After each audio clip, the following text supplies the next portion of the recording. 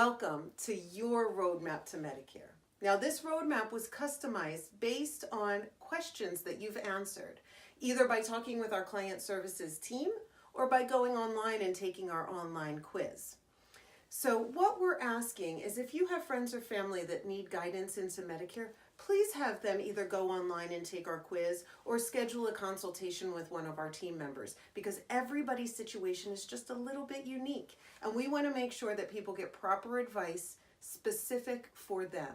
Because as we've discovered, there could be serious consequences for not enrolling in Medicare when appropriate or not choosing the appropriate coverage for yourself. So what we're going to talk about today is your roadmap.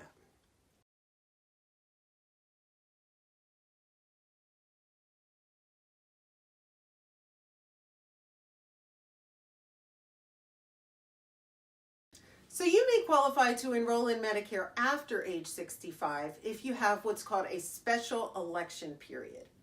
And the most common special election period is coming off of group credible coverage. So group credible coverage means that you are covered under a group health insurance plan and that either you or your spouse was employed at the company that's providing those health insurance benefits. So as long as you apply for Medicare within 8 months of either coming off of the benefits or leaving employment at that company, then you qualify for a special election period.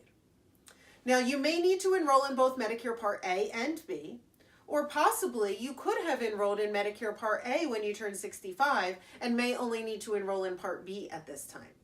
In either case, you're going to need to prove that you've had the credible coverage so you qualify for this special election period. And to prove that, it's going to require a form, and the form's called an employment verification form. You can get this on Social Security's website. We also have a link for that form that we can provide to you. And you're going to take this form to the employer that was providing the benefits, whether that's yours or your spouse's. And they're going to fill out the form saying that the primary insured was actively at work at the company and that you have been covered under those group health insurance benefits. And like I said, as long as you take that in without an 8-month gap in coverage or gap in employment, then you should qualify for the special election period. And you can use this form as your ticket right into Medicare saying, I'm ready to start on this date. And they say, okay, we'll get you enrolled.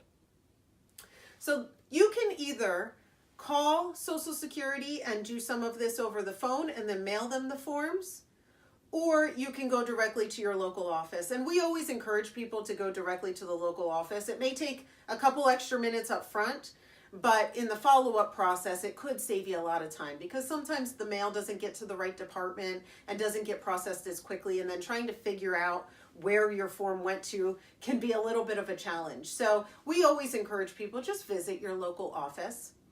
And you can schedule an appointment for this visit by calling Social Security first, and they'll schedule an appointment for you at your local office. But sometimes there's a delay in that. We are seeing typical schedule times being 4, 6, maybe even 8 weeks out from when you make that call. So it's just as easy to go down to your local office and take an appointment on the first available basis. They'll handle you on a first come, first served basis for any walk-ins. And we normally recommend that you show up early. The earlier in the day you go, the quicker many times that you can be helped. So most Social Security offices open at 9 a.m.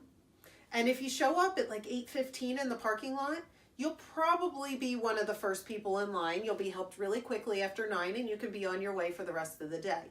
But we have heard from many clients, the later you show up, maybe 8:45, 8:50, there may be as many as 10, 20, 30 people in line in front of you.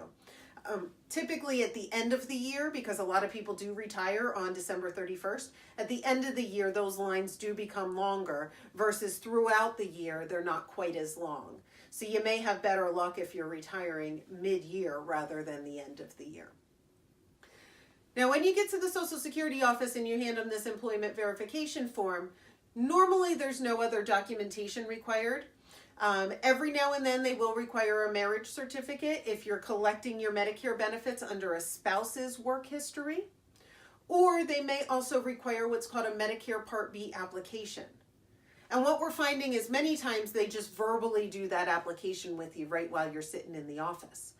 But if you're going to be the one going to the Social Security office on behalf of your spouse, then you're going to want them to fill out that form before you go, so that way you have that form prepared, so since they won't be live in person to do it.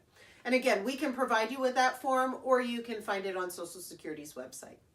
So we strongly recommend that you enroll in Medicare as soon as your credible coverage situation ends. But I do want to go through some of the consequences just in case you're thinking that you may not enroll right away.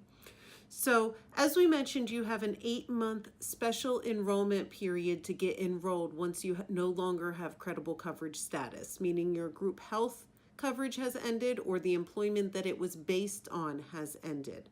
And if you don't enroll during that first 8 months after it completed, then you would only be allowed to enroll in Medicare one time of year thereafter during your general enrollment period. So each year you'll have an enrollment period between January 1st and March 31st. The problem is, though, that your Medicare will not start until the July after you enroll in Medicare. So if you find that your coverage situation ends or you need Medicare right away, it will not be as easy to get right away if you have to wait till your general enrollment period. So a lot of people have heard about penalties in Medicare, and this comes into play in your situation. If you don't enroll in Medicare when you're supposed to, you'll start to accrue a financial penalty that will be added to your Medicare premium later. So let's break that down between Medicare Part A and Medicare Part B. Medicare Part A, many people get at no cost, a $0 premium.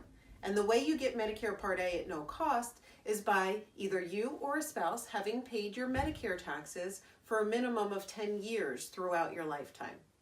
And if that's the case, Medicare Part A has no cost, and there's no penalty for enrolling late in Medicare Part A either.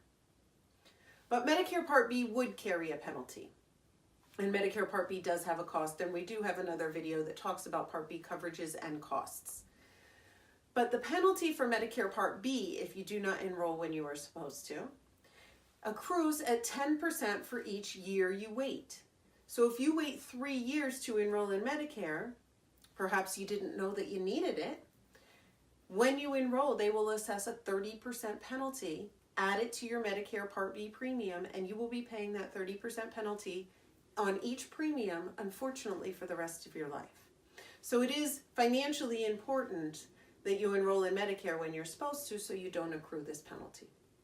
Then the last consequence would be potential holes in your coverage or gaps in your coverage, because once you are no longer actively employed or your coverage is not based on active employment, it is not considered primary coverage any longer. In fact, Medicare law says that once you are no longer actively employed, Medicare will take the primary payer position, and whatever coverage you have will sit secondary to Medicare.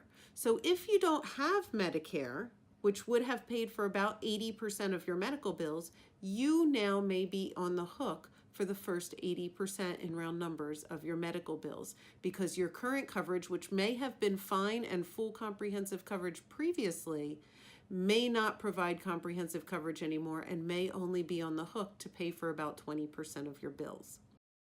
Medicare A and B is nice baseline coverage for your health care, but many individuals also include secondary coverages. Secondary coverages may be Medicare supplements, Medicare Advantage plans, prescription drug plans, dental vision insurance.